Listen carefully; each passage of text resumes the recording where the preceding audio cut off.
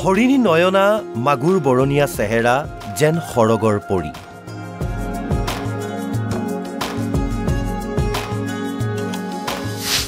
বিজুলী চাউনি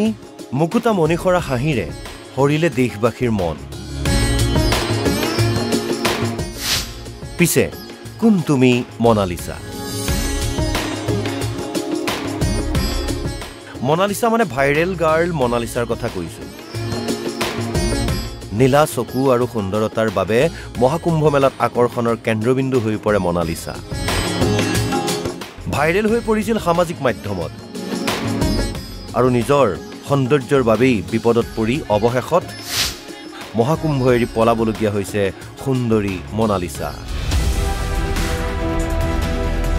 মহাকুম্ভৰ পৰা মধ্যপ্ৰদেশৰ ইন্দোৰত থকা ঘৰ পালেগৈ মনালিসা পৰিয়ালৰ সৈতে উত্তৰ প্ৰদেশত অনুষ্ঠিত মহাকুম্ভ মেলালৈ মালা বিক্ৰী কৰিবলৈ আহিছিল মনালিসাই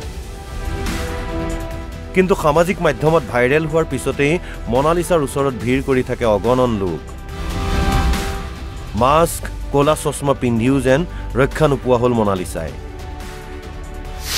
বিশেষকৈ সাংবাদিক আৰু ইউটিউবাৰৰ উৎপাতত ওলাব নোৱাৰা অৱস্থা হয় মনালিসাৰ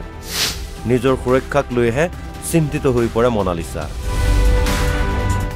সেই কন্যাৰ সুৰক্ষাৰ কথা চিন্তা কৰিয়ে পিতৃয়ে মহাকুম্ভ মেলাৰ পৰা মনালিসাক ঘৰলৈ পঠিয়াই দিয়ে